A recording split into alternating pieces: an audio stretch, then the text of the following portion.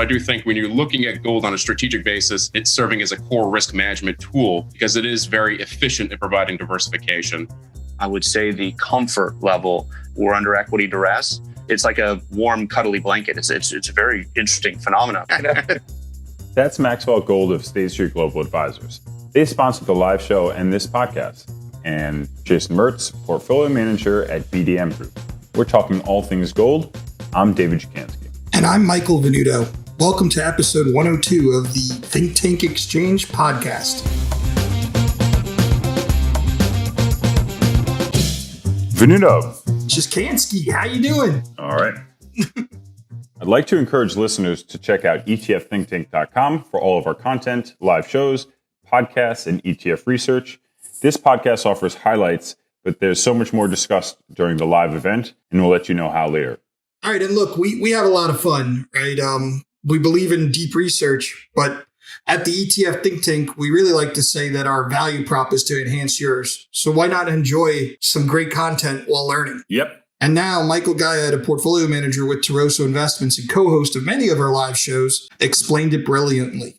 Quick note about the Think Tank Exchange, the show that we do. So, this show is really meant to be sort of a way to bridge the gap between issuers that create the vehicles and advisors who actually drive the vehicles in terms of thoughts about certain themes going on in the investment landscape and how to execute on those thoughts. It's the real legitimate hands-on experience. And so let's do just that. Jason Mertz led off with his view on being tactical during economic cycles in an investment like gold in particular. Yeah, so I think as we look at general allocation of capital, we certainly have a base that is core, and that's just kind of ensure that you're exposed to all the various assets, utilizing asset allocation and benefiting with the diversification, et cetera. However, we definitely believe there are time frames where we call them regimes, where there are favored asset categories. We're experiencing that right now over the last handful of years with large cap U.S. growth stocks, technology, et cetera.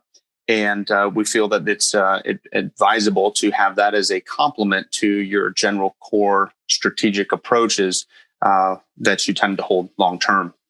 Yeah, and maybe Max could chime in because Jason was talking about sort of the idea that there are cycles and there are different kind of environments. So talk to us a little bit about sort of your work on cycles when it comes to gold and how that might help to provide some kind of roadmap for advisors in terms of thinking about it as an allocation. From my perspective, gold can serve several key portfolio functions, whether that be capital appreciation, whether that be capital preservation or risk management. But I think it's that last one, risk management, and the utility as a core diversifier in a portfolio is really how to think about gold first and foremost. And when you look at gold over a full cycle, it is a very unique asset class. It has diversified sources of demand across multiple sectors that are both cyclical and counter-cyclical. And when you put those pieces together over a full economic cycle, that is the root source of gold's persistent low correlation to financial assets, particularly stocks and bonds. And so I do think when you're looking at gold on a strategic basis, it makes a lot of sense to think of it from a long-term view standpoint to really benefit from the low correlating asset perspective of it. And it's serving as a core risk management tool because it is very efficient at providing diversification. So that segment was really interesting because we have two different but similar perspectives, right? We have a tactical view and a strategic view, and both are looking at gold within the cycles. Very interesting. What do you think, David? Honestly, I think sometimes it's hard to differentiate tactical from strategic in some of these asset classes because of how important the rebalancing factor is in your portfolio construction, and that could be considered very tactical in a strategic portfolio as well. That's a cool way to look at it. Isn't just more frequent rebalancing become the definition of tactical? It might be, and as we saw in March, it might even be the decision not to rebalance that becomes tactical, even from an indexer's perspective. Yeah. One of the most valuable services a financial advisor offers is portfolio construction. And Guy had asked Jason, how do you model gold's returns? Yeah, obviously that's important. We focus more on the characteristics and the behavior of a particular asset as opposed to the label. So, contrary to me growing up in the business where it was, style box investing, et cetera, we've basically since about 2011 have stripped the names off of investment strategies and approaches and really simply look at the risk and return components and how they kind of mathematically work into a risk budget. I oftentimes make somewhat of a joke that I don't care if a manager is trading balsa wood and copper coins, if they're producing a risk return profile to that of, let's say, fixed income or equities, then they are that asset category. Another thought leader and portfolio manager at Taroso, Dan Weisskopf, or as we affectionately like to call him, the ETF professor, followed up with Max. An interesting fact about Dan that I can tell you is that he's been a strategic investor in gold for many years. And going as far back as the early 1980s, he was actually involved in a gold mining company. So Max, I've got a question for you. Today we have interest rates really low, right? Might as well just say zero, right?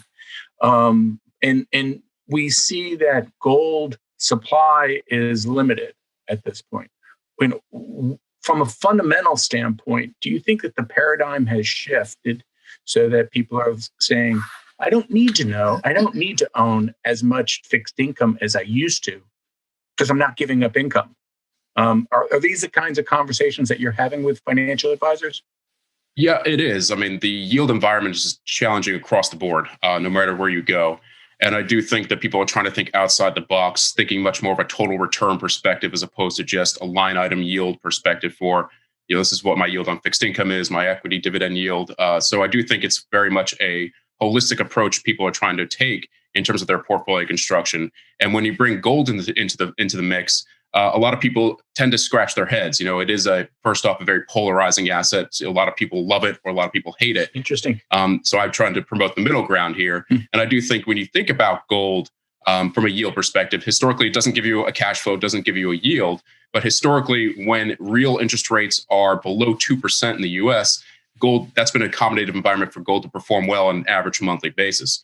Right now, we're in a negative yield environment in the U.S. The 10-year TIPS implied yield is negative 85 basis points as we speak today. Expectations of the Fed to keep rates on the short end lower for longer through 2023. This is going to be a 0 to negative yield environment for most investors. And I think, in that context, gold looks very attractive. 0 is better than negative. And, especially when you add into the optionality of gold's positive risk-adjusted return over time, its key diversification benefits, its ability to improve your portfolio Sharpe ratio, reduce portfolio drawdowns. This is incredibly powerful for investors as they're trying to think through this rate environment, which is, again, in my mind, going to be lower for longer, very similar to, the decade following the last crisis in 2008. So I do think people are trying to redesign and rethink how they're taking risks in portfolios, and more importantly, how to manage those risks. And I think that's where gold is being brought into the conversation with clients I'm speaking to, anywhere from institutional clients down to advisors and retail investors. Okay, so this last section really honed in on the current interest rate environment and the behavior of gold when everything seems to be manipulated by the Fed. Gold is like, from an investor's viewpoint, when if yields ever become negative and gold's zero yield actually is a positive. Yeah, I mean, this year we've seen investors that have historically hated gold, like Warren Buffett, like Jeremy Siegel.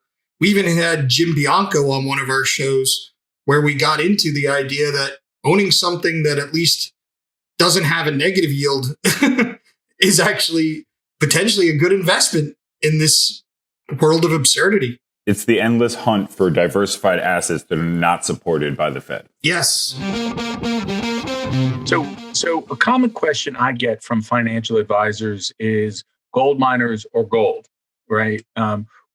What should I buy and how much should I allocate? Jason, you've done some work on the miners. How do you approach that question between miners and gold?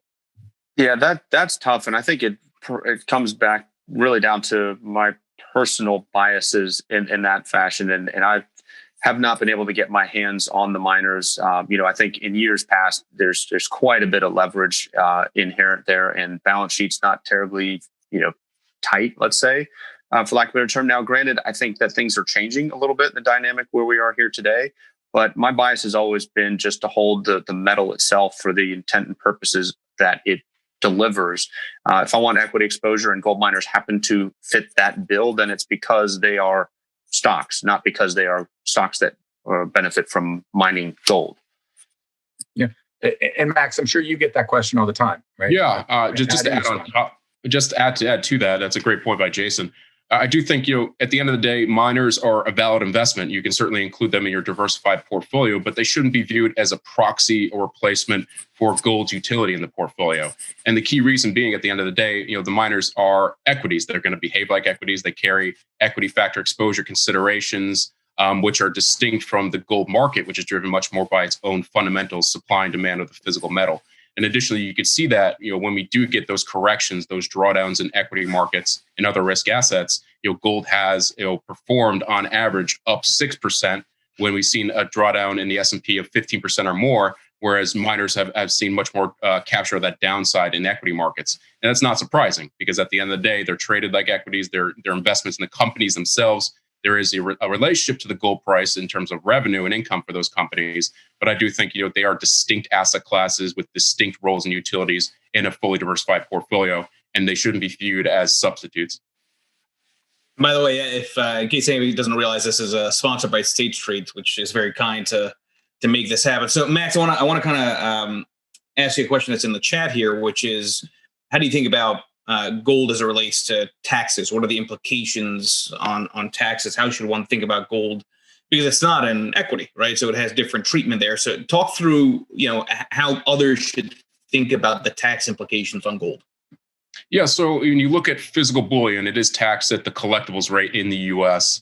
Again, I'm not a tax expert or tax advisor, but I do think, certainly I'm viewing things very much from a total return portfolio perspective. So the benefit that gold brings to the table from that portfolio perspective is first and foremost most important, with, again, other considerations such as taxes, fees, et cetera, as sort of secondary. Because I do think if you're a long-term investor, yes, you want to try to manage that tax considerations, but again, you should be thinking first step: what is my positioning, my portfolio? What role can gold bring to the table here? And really, the long-term strategic allocation, it does have a tremendous benefit that certainly can offset any kind of concerns around the tax side.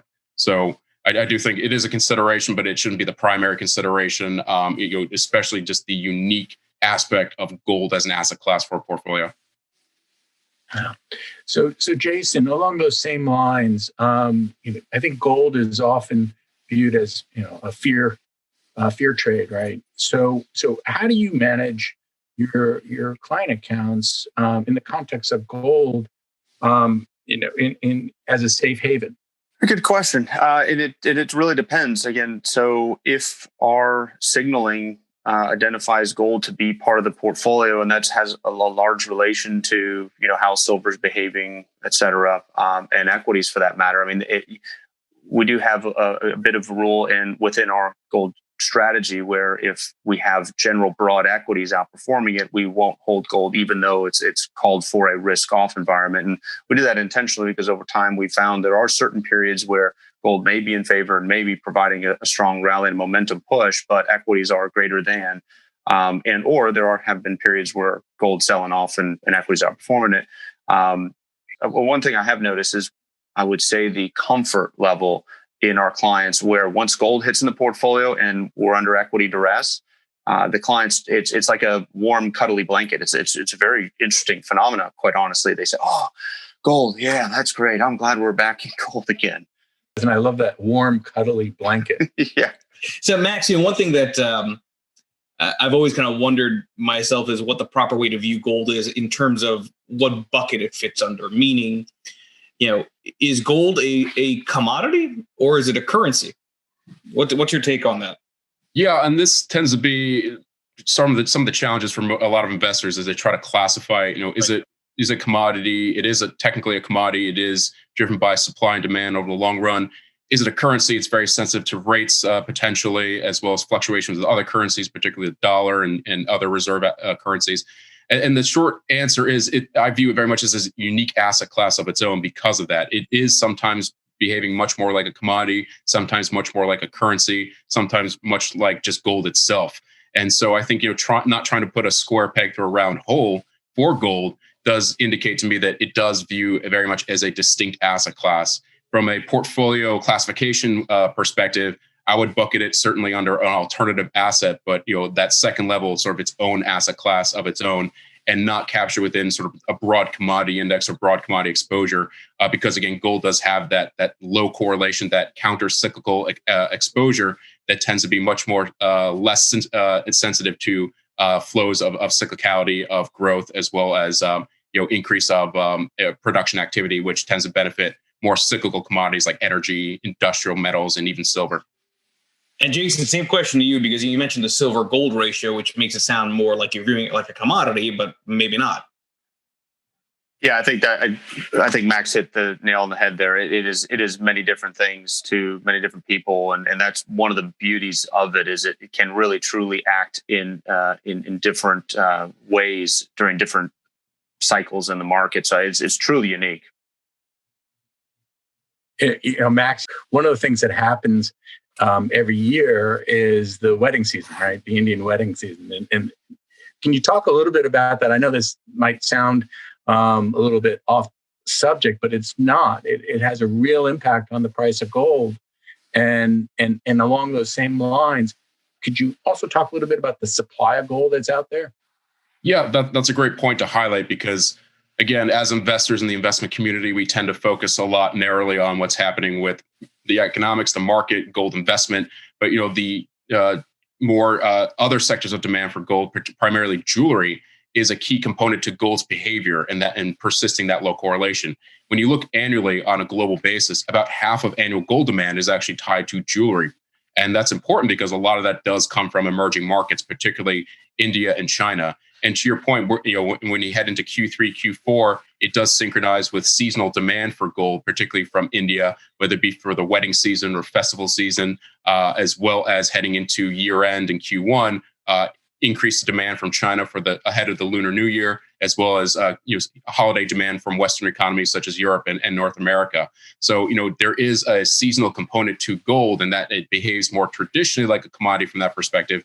But again, when you put these cyclical drivers of gold in demand, primarily jewelry and technology, alongside counter-cyclical sources of demand, primarily investment, and even central banks, which is a little bit more non-cyclical, that does perpetuate that low correlation over a full cycle. So I think it is important to highlight what's happening with jewelry demand, because when you look at 2020, we've seen weakness in jewelry demand, some good signs of recovery from the bottom in response to just less retail traffic, less consumer spending in response to the pandemic. But what's offset that has been a rise of investment demand, particularly through ETFs globally. So this is the dynamic of gold that you would expect to happen. And this is certainly why you need to take a global perspective of the gold market.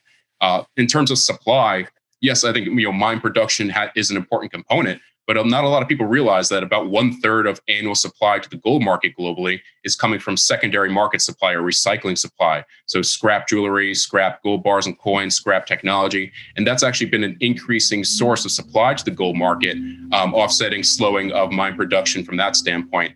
And I think that's important because they are slightly different drivers of what drives increasing recycling supply, which is more price sensitive, as opposed to mine production supply, which is obviously more cost, a little bit more cost focused and other considerations. So an evolving landscape of the fundamentals for the gold on the demand side, as well as the supply side, is always a consideration that I'm looking at on a daily basis. So David, this section was interesting because we covered a lot of ground, right? We started with the difference between owning physical gold versus the miners, and really led towards that discussion of the fear trade, right? Is gold a safe haven when markets go down? On a day-to-day basis, if you're staring at your screen, gold can appear not to be a safe haven in truly volatile markets. But then if you look a little further out on a weekly or monthly basis, when there really are these disruptive events in the market, over a little bit of time, they do provide diversification benefits. Yeah, the key to diversification is just uncorrelated assets that are volatile. And gold tends to check that bucket. The key distinction there is uncorrelated, not negatively correlated. It is sometimes negatively correlated, which again, why it often comes down to how you're rebalancing it in your portfolio. Yes, and then the conversation moved towards scarcity, right? Scrap metals, how much more is being mined, and do you have that safety trade if their supply is not truly capped? And that's why Max keeps a close eye on not only just the supply, but also the demand for gold on a daily basis. Yeah. We've always thought of the ETF think tank as a community. And back in March, when COVID hit, we decided to start these live shows. Now that we're moving them towards podcast and everything, we thought it would be good to always end on a high note. With that, here's Michael Guyad. As we kind of wrap up here, again, special thanks to C Street for sponsoring this program. We try to end on a high note, and every Think Tank Exchange show, we ask, our advisor guests to highlight a charity that they are particularly fond of to try to encourage some donations. So, Jason, maybe kind of quickly tell the audience about the charity you've chosen. Excellent. This is probably one that's less discussed or heard of, and I'm always a big fan of supporting those that don't get great flows and attention. And this, kind of rings close to some families and friends who have suffered from epilepsy. And this is the American Epilepsy Society. Primary focus really is to dedicate funding towards professionals who are focused on, addressing the issues. And, again, there's, various afflictions. Some are quite severe and debilitating for a normal lifestyle, and others you can learn to live with through medication. But, it's a segment that I think would certainly be able to see a lot more improvement if more funding went that way. I just think it's just important to highlight. Jason, you have a heart of gold. Yep. Be sure to reach out to the American Epilepsy Society and see if it's in your heart to help out as well. As we wrap up this episode, remember you can find all of this information at etfthinktank.com, along with all of our live shows, podcasts, ETF research, and timely market perspectives. We're also live on Twitter and LinkedIn. At the ETF Think Tank, our value prop is to enhance yours. I'm Michael Venuto. And I'm David Chikansky. Until next time, thank you very much.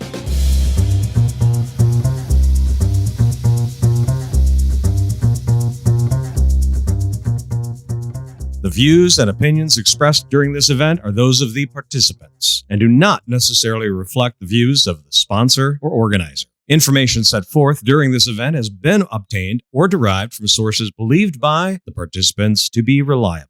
However, neither the sponsor nor the organizer make any representation or warranty, express or implied, as to the information's accuracy or completeness, nor does the sponsor or organizer recommend that the information shared during this event serve as the basis of any investment decision, and it has been provided to you solely for informational purposes only, and does not constitute an offer or solicitation of an offer or any advice or recommendation to purchase any securities other than financial instruments, and may not be construed as such. November 2020.